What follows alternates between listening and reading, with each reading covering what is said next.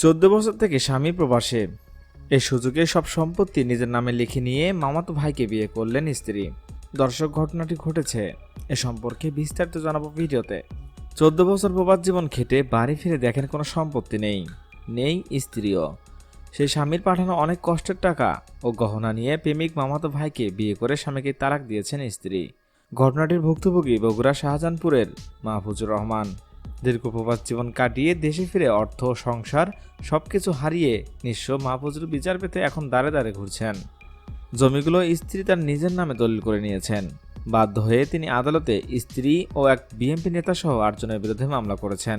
আদালত এ ব্যাপারে তদন্ত করে রিপোর্ট দিতে পিবিআইকে নির্দেশ দিয়েছেন।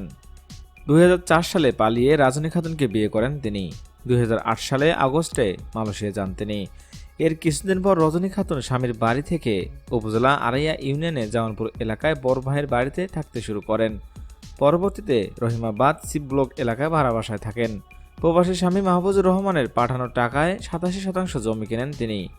জামালপুর এলাকায় জমি কিনে 42 লক্ষ টাকা ব্যয়ে 6 তলা ভিত্তি দিয়ে একটি বাড়ি নির্মাণ করেন। এসব সম্পত্তি 2 নামে নেওয়ার কথা থাকলেও রজনী শুধু নিজের নামে দলিল করে নেন।